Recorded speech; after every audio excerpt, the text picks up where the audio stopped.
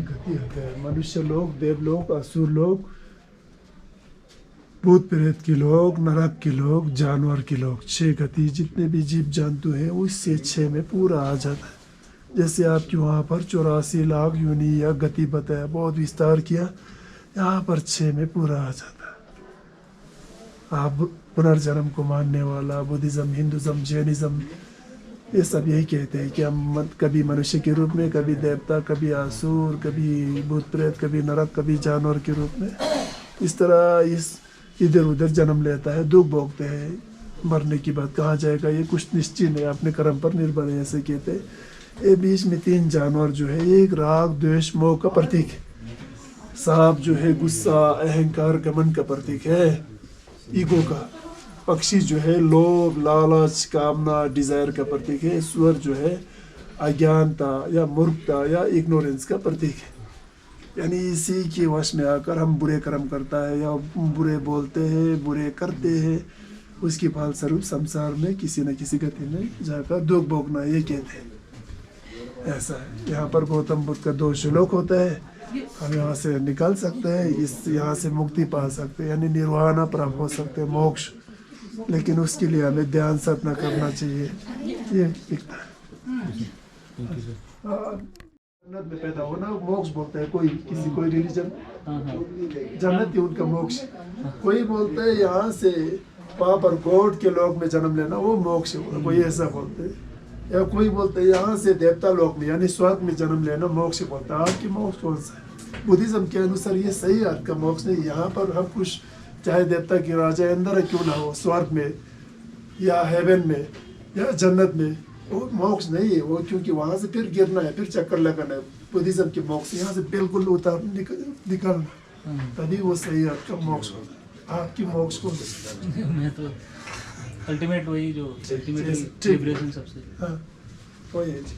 ऐसा है बुद्धिज्म के अनुसार मोक्ष ऐसा होना चाहिए कि एक बार मोक्ष में आ गया फिर चक्कर लगाना, ऐसा मोक्ष नहीं चाहिए। चक्कर नहीं लगना, अगर गॉड हो गया फिर भी आप आ सकते हो वापस बैक टू जानवर। वो भी उसका पुनर्जन्म पूर्व में किया हुआ जो पुण्य जो उसको समाप्त होने के बाद उसको फिर गिरना है, फिर चक्कर लगाना है। ऐसा मोक्ष बुद्धिज्म में सही का मोक्ष नहीं माना। ऐसा जन्नत हो, ऐसा हेवन, ऐसा स्वर्ग, वो बेकार है। ये संसार का एक जगह है जहाँ पर थोड़ा अच्छे बंगला है, अच्छे कल्प वृक्ष आदि है, और कुछ ज़्यादा कुछ भी नहीं, फिर गिरना है इधर, वो जन्नत बेकार और मोक्ष नहीं बुद्धिज्म के अनुसार। निर्वाणा नहीं, निर्वाणा हो तो पूरा बिल्कुल यहाँ से निकालना। ऐसा है। जिसको अविद्या या ज्ञान कह सकते हैं। अब यहाँ पर कुम्हार, इस तरह बंदर, इस तरह है, ये थोड़ा जटिल है। आप इसके विषय में किताब, बहुत सारी किताब है, उसको पढ़ सकते हैं, उससे आपको समझ में आ जाएगा। ये क्या है, पुराने ज़माने में क्या होता था, कोई मोंग से भिक्षु हो, साधु हो, उसको ऐसा है कि वो घर पर छोड़ के आ गया मनुष्य में, यहाँ पर भी वो कई साल बैठेगा तो इसमें लगाव आ जाता है। तो इसलिए यहाँ पर भी ज़्यादा नहीं ठहरना चाहिए उनको, और दूसरे मनुष्य या जगह में जहाँ तक घूमते रहना चाहिए ध्यान साधना करते करते।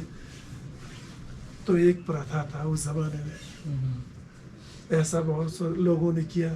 तो क्या होता है, कभी कभी जाते समय हाथी घोड़े में नहीं, पैदल जाता है, तो कभी कभी शमशान घाट में आ जाता है, रास्ते में ऐसा पड़ जाता है। तो ऐसा जगह मिले तो आपको वहाँ पर रुकना है कम से कम कुछ दिन, नहीं तो भी एक रात कम से कम वहाँ बिताना है, जहाँ पर भी शमशान घाट हो। क्योंकि वहाँ पर इस तरह की ये 12 प्रकार की जो प्रतीत समुत्पत्ति 12 अंग बोलते, इसको ध्यान करना है।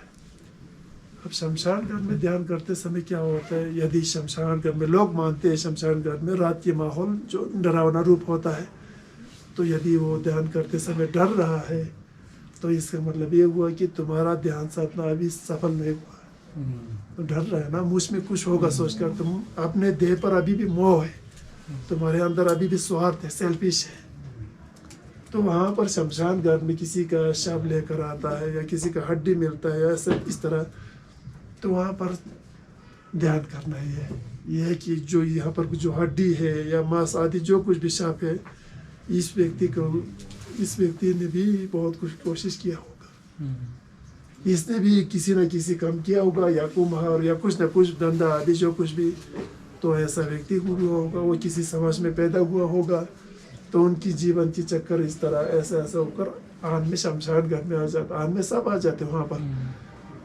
तो वहाँ पर मेरे जीवन की तरह भी इसी की तरह है, ऐसा ध्यान करने की एक विधि है, वो है ये संसार चक्कर में प्रतित्यासामुत्पत्ति 12 अंग जो शमशान घर में मंस को ध्यान करने के लिए कहा थे वो, और जो ये यहाँ पर 6 गति 20 में कर्म क्लेश या बुरे सोच राग द्वेष का प्रतीक 3 जानवर और गौतम बुद्ध का 2 श्लोक, ये सब जो है चित्रकला की माध्यम से, चित्रकला की भाषा में गौतम बुद्ध का कुछ सोच जो है, टीचिंग जो है, ये चित्रकला के जरिए लोगों को बताने की कोशिश किया है। अब इसको चाइनीज बुद्धिज्म भी लिखता है, संसार चक्कर को जापानीज बुद्धिज्म भी लिखता है। मैंने ऐसे लिखते हुए देखा, वो लोग वो मनुष्य लोग और देव लोग को आपने जैसा बना है, बाकी सब एक ही है। अब इसको तिब्बतन बुद्धिज्म भी लिखते हैं, पूरे हिमालयन बुद्धिज्म इसको लिखते हैं। और क्या है, आपके महाराष्ट्र की अजंता गुफा है ना जी, औरंगाबाद में, वहाँ पर गुफा नंबर 17 में भी इसको लिखा है, ऐसा है, इस चित्र को लिखा है, यानी उस जमाने से ये लिखते आ रहा है अभी तक। अब इसके विषय में एक स्टोरी है, इसको मॉनेस्ट्री यानी मंदिर के दीवार में क्यों लिखा, कब लिखा, क्या प्रयोजन है लिखने का, एक स्टोरी है। आप बिहार से आया है तो वो स्टोरी आपकी बिहार से जुड़ता है, मैं आपको बता देता हूँ। बुद्धिज्म का एक किताब है अवधान सुत्तार बोलकर, उस सुत्तार में क्या कहता है कि पहले जब गौतम बुद्ध भारत में थे उस जमाने में, यानी आज से 2500 साल पहले या 600 साल पहले गौतम बुद्ध मगध देश में थे, और महावीर स्वामी जी भी वहाँ पर वैशाली नगर में थे उस जमाने में।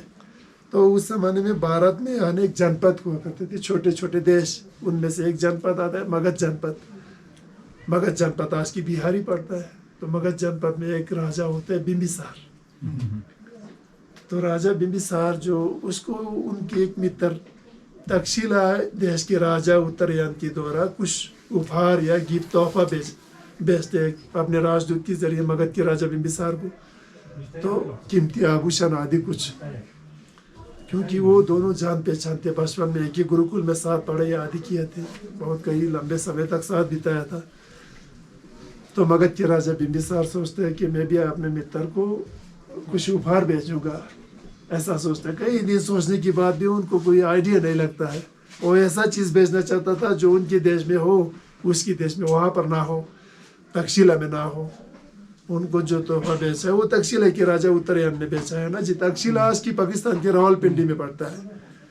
आप तो वहाँ पर जो पुराना तक्षशिला यूनिवर्सिटी और बुद्धिस्ट बिहारों का खंडहर है केवल, और कुछ भी नहीं। आज जो पाकिस्तान की गवर्नमेंट की देख रेख में आज भी मौजूद है, खंडहर है केवल। तो क्या होता है तक्षशिला, तो एक बार क्या होता है, तो एक दिन वो राजगीर जाता है। बिहार में एक जगह है राजगिरी। राजगिरी में ऐसे बहुत सारे पर्वत है, उनमें से सबसे ऊंचे पर्वत गिद्धरकुटी पर्वत बोलता है। उस पर्वत से बुद्धिज्म का बहुत सारे कथा जुड़ा है, जैनिज्म का भी बहुत सारे कथा जुड़ा है।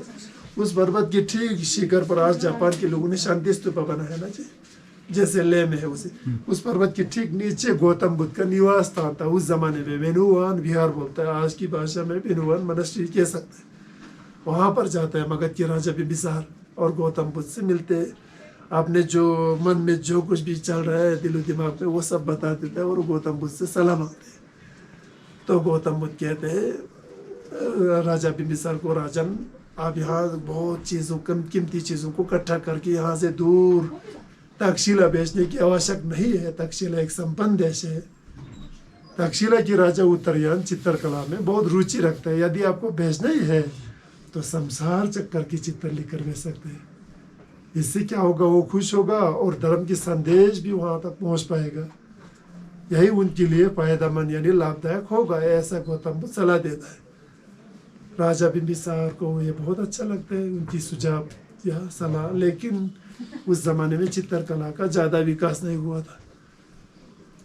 तो गौतम बुद्ध कहते हैं आप मगध की जो अच्छे अच्छे कलाकार सबको यहाँ पर लेकर आइए, और सफ़ेद कपड़ा भी उसमें लिखना है। और बीच में क्या करते हैं गौतम बुद्ध अपने शिष्यों के साथ, आनंद आदि अपने शिष्यों के साथ जो अनेक तरह की फूल जड़ी बूटी होते हैं उसको इकट्ठा करके उसको पीस के पाउडर बना के, यानी रंग बनते हैं, कलर। और अनेक तरह के रंग बिरंगे पत्थर होते हैं उसको भी पीस के पाउडर बना के अनेक तरह के रंग कलर बनता है, तैयार किया जाता है। यानी मगध के राजा बिंबिसार और उनके कलाकारों को कैसे कलर बनते हैं, रंग बनते हैं, इसकी जो ढंग है, शैली समझाता है।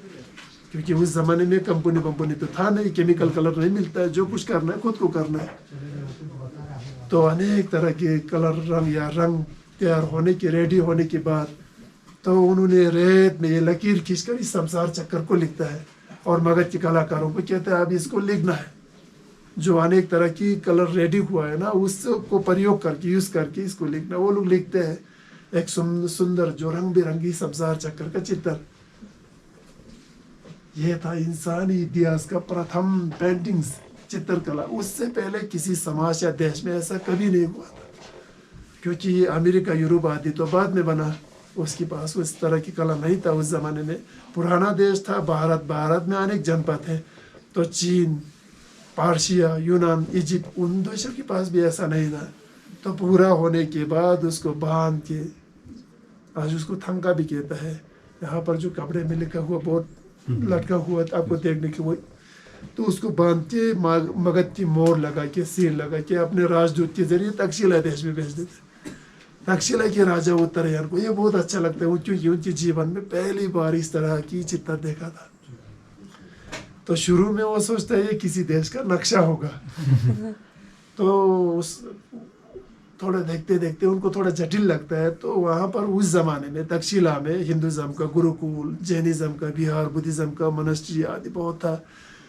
तो उनमें से उनका जान पहचान का एक मोंग्स भिक्षु को बुलाता है रखता तक्षशिला के राजा उत्तरायण, और कहते हैं बनते आप तो कई बार मगध जनपद में जा चुका है, मुझे मगध जनपद से एक पेंटिंग्स आया, चित्रकला। ये क्या किताब, मुझे समझाइए, मुझे तो लगता है किसी देश का नक्शा है। तो बनते मोंग्स कहते हैं राजा ने ऐसा नहीं है, ये केवल किसी देश का नक्शा नहीं है, यह तो पूरे संसार का नक्शा है या मैप है।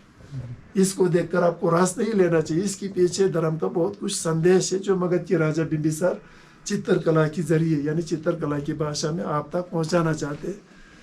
संदेश क्या है, यहाँ पर 6 गति है राशि, मनुष्य लोग, देवलोक, असुर लोग और जानवर के लोग, नरक के लोग, भूत प्रेत के लोग। ये बताता है कि हम संसार में हमेशा मनुष्य के रूप में नहीं रहते, कभी नरक के रूप में, कभी जानवर के रूप में, कभी भूत प्रेत, कभी असुर, कभी देवता, कभी मनुष्य। यानी हम संसार में इधर उधर भटकते हैं और दुख भोगते हैं। इसका मूल कारण जो है, संसार को पैदा करने वाला मूल कारण अपने बुरे सोच, राग, द्वेष, मोह, यानी क्रोध या गुस्सा, लोभ, लालच और जो है अज्ञानता, यही जो इसी की वजह से हम बुरे कर्म करता है, इसी के वश में आकर हम बुरे कर्म करते हैं, उसकी फलस्वरूप संसार में सब पैदा होता है और दुख भोगते हैं। यहाँ पर गौतम बुद्ध का 2 श्लोक कहते हैं हम यहाँ से निकल सकते हैं, यानी यहाँ से मुक्ति पा सकते हैं, लेकिन उसके लिए संसार को बार बार उत्पन्न करने वाले, पैदा करने वाले बुरे सोच कर्म कलेश को काटना होगा, मिटाना होगा। वो कैसे हो सकता है? ध्यान, साधना, विपासना, मेडिटेशन के जरिए ये संभव है। ये गौतम बुद्ध की संदेश जो है मगध के राजा बिंबिसार चित्रकला के जरिए आप तक पहुंचाना चाहता है, ऐसा कहता है। तक्षशिला के राजा उत्तरायण को बहुत अच्छा लगता है।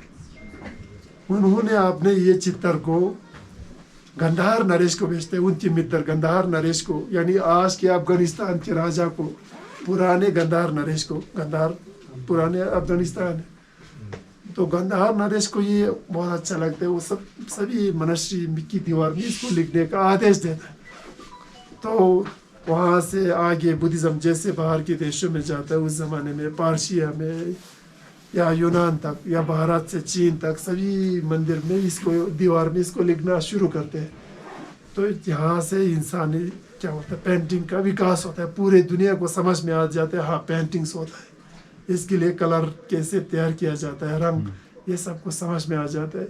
यानी आज की चित्रकला पेंटिंग्स जिस दिशा में भी पहुँचाई, इसकी आधार भूमि यही है, संसार चक्कर। यहाँ से इंसानी इतिहास में पेंटिंग शुरू होता है।